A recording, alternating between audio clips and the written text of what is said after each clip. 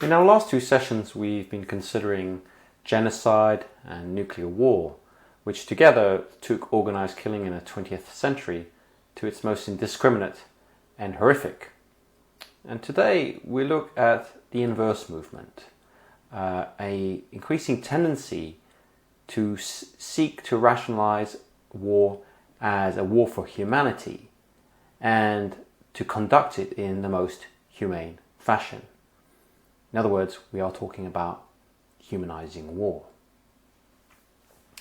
One of the things we're looking at, therefore, are the ways in which the exercise of armed force is, in our contemporary age, increasingly being rationalized as the means to enforce human rights and bring recalcitrant states into the fold of the international community. In doing so, we see an intense blurring of the conventional categories of warfighting and policing, distinctions that have defined the modern international state system. Recall that in the session on the rise of the modern state, we talked about this bifurcation in organized violence between national armies directed towards fighting externally and domestic police forces concerned with peacekeeping. And it's precisely that distinction that becomes increasingly indeterminate in the age of humanitarian war. Finally, we will concern ourselves with the question of whether this attempt to humanize war might not be inherently contradictory and, as such, a self-defeating project. At the heart of this endeavor to humanize war is a sustained effort to do so by the West, primarily, in terms of both the aims of war, the reasons why wars are waged, the rationales for them, and the means, the weapons and the modalities of force that are deployed to that end. So when we talk about the aims of war in the context of the humanization of war, we mean humanitarian war, war that's waged for the human and their putative or its putative rights. With the means, we are concerning ourselves with what we might call riskless war, bloodless war, humane war, war that attempts to minimize the risk to those who wage it and to the civilian bystanders to it. Now, this distinction between aims and means is in fact a very important framing for thinking about war and particularly the ethics of war. And there is a long tradition of so-called just war thinking, which has its roots in Christian thinking, Islamic history, and with equivalents in other cultures, to be sure. This tradition of just war thinking effectively has always thought to determine the legitimate uses of war, the kinds of rightful causes for which war can be waged, as well as to circumscribe the means employed within it.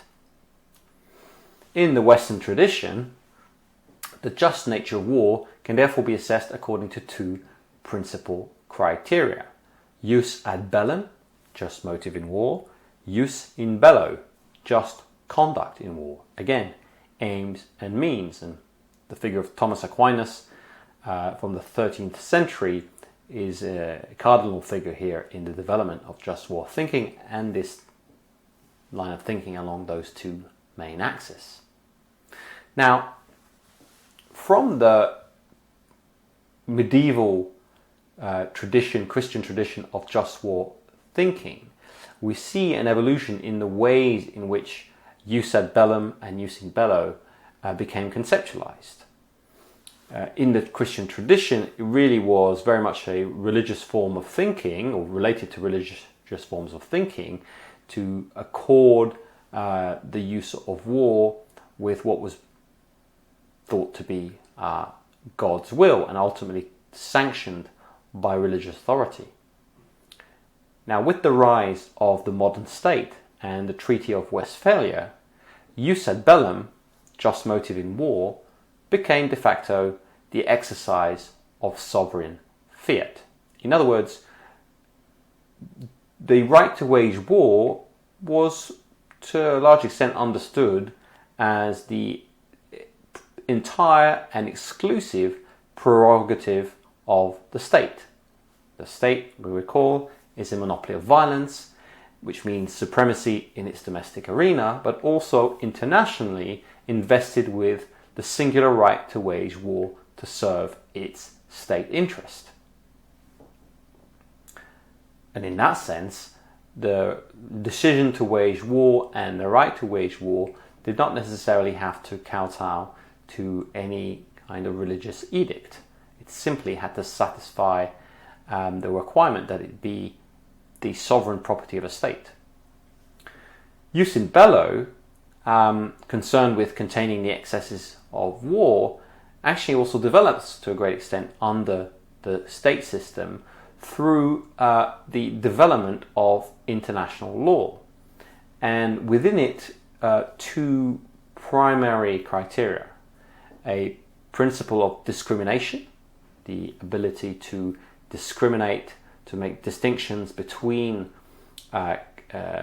combatants and non-combatants, so increasingly a prerogative to not target civilians, to use force in a constrained way, and proportionality, the idea that the use of force should be in a proper ratio to the objectives to be attained. In other words, it should not be excessive, wanton, or gratuitous violence. And in this international legal framing, here its particular laws of, or what became the laws of war, its particular conventions such as the Geneva and the Hague Conventions that were signed from the mid-19th century onwards. So important conventions that still apply today, that saw at the time European signatories sign on to formal commitments to take care of prisoners, to provide medical aid on the battlefield, to avoid targeting civilians, and so forth. In the 20th century, moreover, certainly after the experience of the First World War and the Second, there have been various attempts to effectively outlaw war or to restrict it severely. The 1928 Kellogg-Briand Pact was an attempt to make war as an instrument of state policy illegal.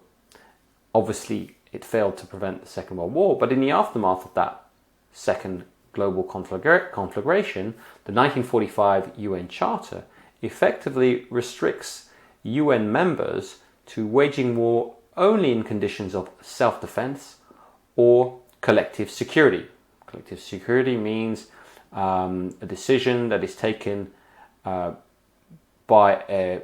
with the support of the UN Security Council in support of what is seen as the common international interest. So effectively, post-1945, war as an exercise of sovereign fiat, as the singular prerogative of a state, has become illegal.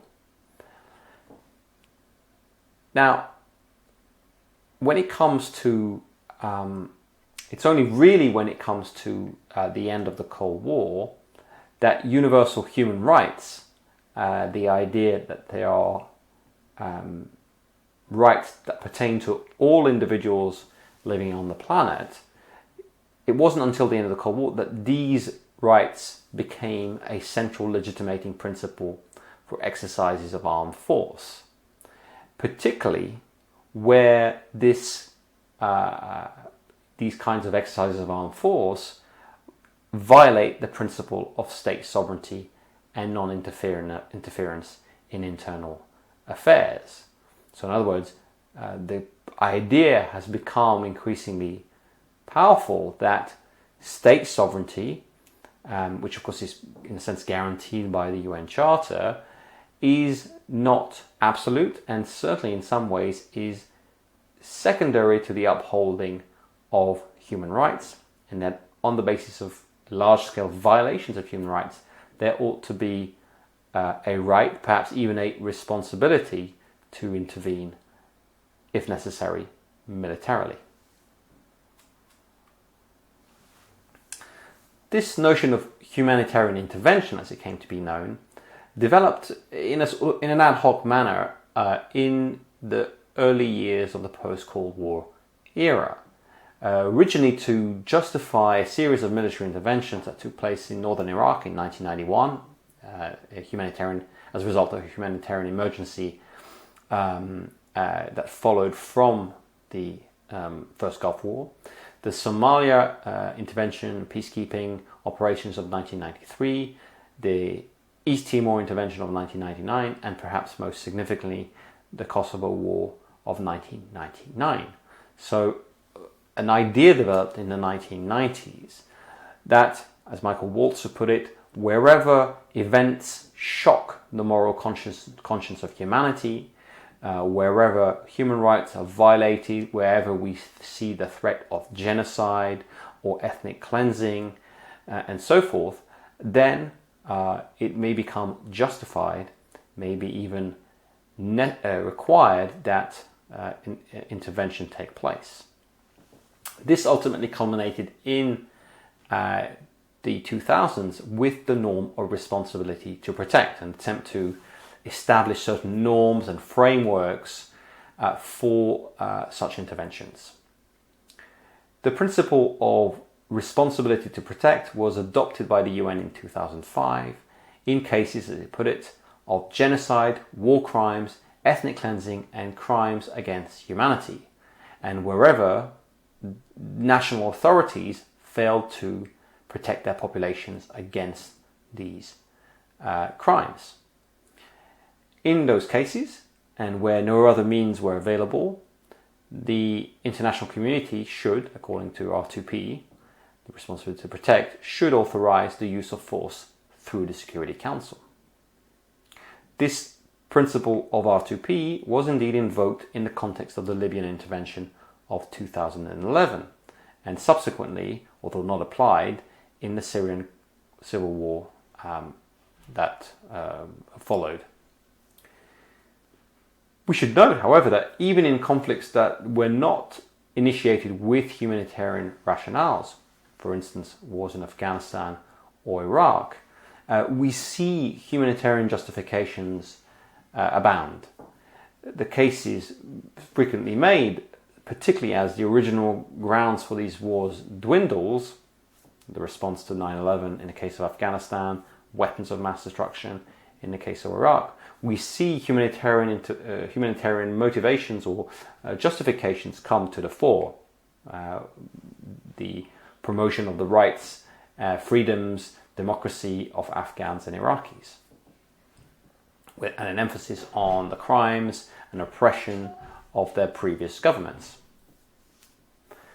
All in all, the ambition is to remake such countries into democratic and law-abiding states that will simultaneously uphold the human rights of their citizens and act as responsible members of the international community.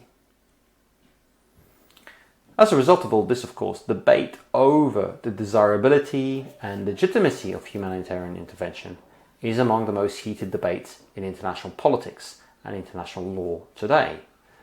Most often the debate has been, certainly in its legal terms, but also political sense, seen as a clash between state sovereignty and universal human rights. Two different kinds of legitimizing principles or principles for the organization of international political life. And we find this tension within the key documents of the international organization of choice, the United Nations. The UN Charter, for instance, establishes in Article 2.4 that all members should refrain in their international relations from the threat or use of force against the territorial integrity or political independence of any state. So the Charter here insists on the right of sovereignty, That's to say that states should, independence and autonomy should be respected, and force should not be used to erode or to undermine that sovereignty. On the other hand, if we look at the Universal Declaration of Human Rights, it was adopted a few years later, we see an Article 3, for instance, that underlines that everyone has the right to life, liberty and security of person. So these are two different bodies of international law, if you want. On the one hand, a first one, the Charter, which is the law of states. What rights do states possess? Above all, sovereignty and the right to non-interference. A second set of documents that's concerned with the right of individuals, who basically possess, the document states, human rights, basic liberal rights to freedom, security, and so forth. The difficulty, of course, is how to reconcile these two rights, particularly where a state might be found to be guilty of violating the rights of the individuals that live within it.